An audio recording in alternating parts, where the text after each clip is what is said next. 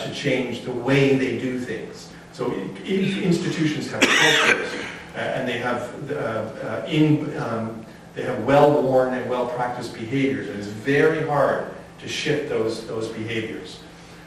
Also inadequate policy space for health across different policy domains, and missing or nascent institutions, much like some of the examples that I've given around the functional deficits within the WHO. It's just some examples. Now, the Ebola, it's very clear that the Ebola epidemic could not have been completely prevented. Its zoonotic dynamics are not yet well understood. There is no proven vaccine, and as yet no cure. The fact is that given the set of variables that were at play that created what I previously described as the perfect storm, the epidemic could not have been prevented. However, it could definitely have been better managed. We have now really an opportunity to learn, to look at this situation and to learn what went wrong, what went right, and what needs to be improved. And we can look at the principles, mechanisms, and instruments that would be required for a viable and effective global health system, and for a conception of global health security that would actually enhance our individual and our collective health. Now, I'm not going to go through this, but I am going to just illustrate to you that there is, in fact, a history of global public health. And if anyone is interested in this, it is deeply informative. We can learn from prior experience, and we can learn from prior mistakes and prior successes. But I will point out that this history is actually quite a scanty history. There's not much in terms of human experience. There's not a lot of experience here.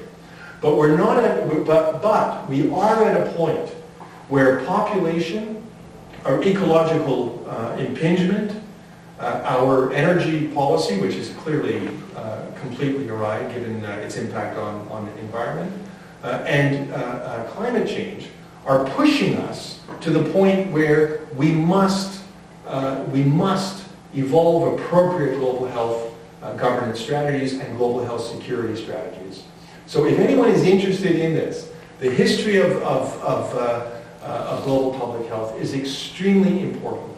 And to think about the future without looking at history and prior experience is really folly.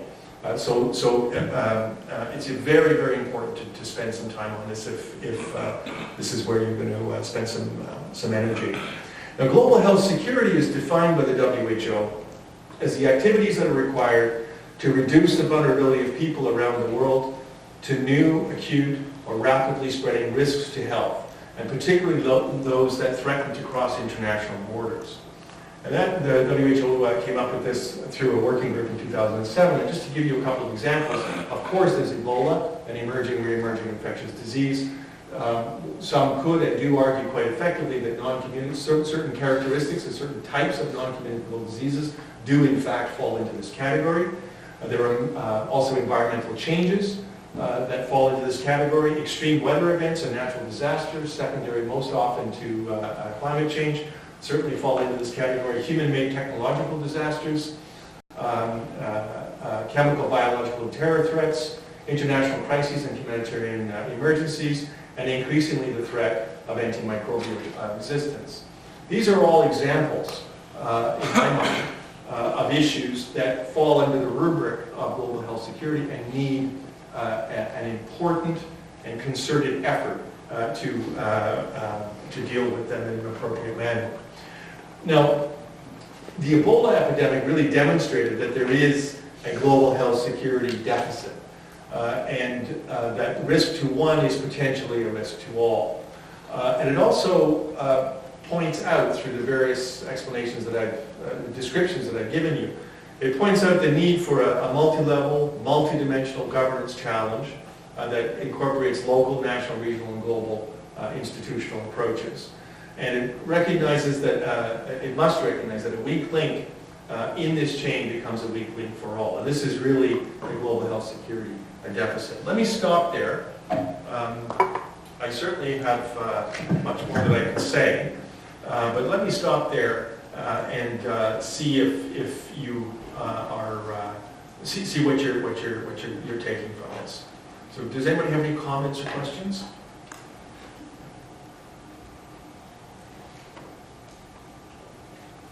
Go ahead. My question would be, so what do we do about it, or where do we go from here? Or, thank you very much for outlining like all of the challenges, but what? Okay, Yeah. so it's a good question. But. So I'm gonna. Sometimes when you don't know what to do, the worst thing to do is to leap to an answer, and that's kind of where we're at. The last thing in the world that we need is an answer in search of a question. Okay? We need to know what is the question.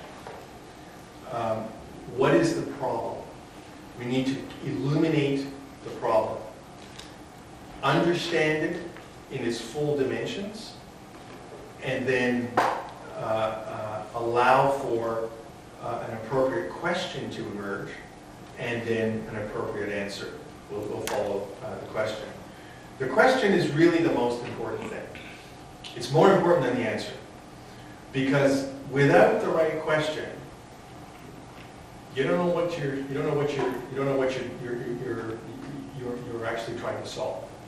And that, I think, has been characteristic of much of the thinking around global health, particularly over the last 20 or so years. It's been very piecemeal, it's been very specific, it's been very directed at interventions that individual nation states and individual providers are actually really good at providing. So this is, for example, an example of path dependency and institutional stickiness. To be able to actually step back, though, and look at the problem, understand it, and allow a proper question to emerge, and therefore a proper answer to emerge, I think is actually the #1 challenge. That said, there are many, many things that we can do, and I'm just going to go forward here to a couple. So I've talked about, I go into all of that, how and why and so on.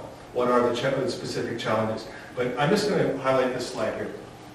There were a number of major challenges. And probably the single most important challenge, I think, I was just talking about this with Ross just before the seminar started.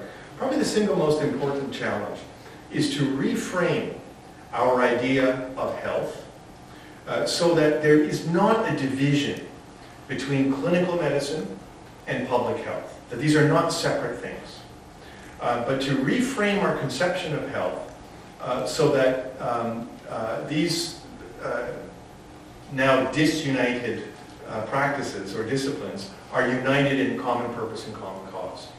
Now, that means in very practical terms then, if we're able to achieve that, that means in practical terms that any global health security initiative will first and foremost fundamentally reinforce national health systems, and will fundamentally reinforce national public health systems and build real viable capacity.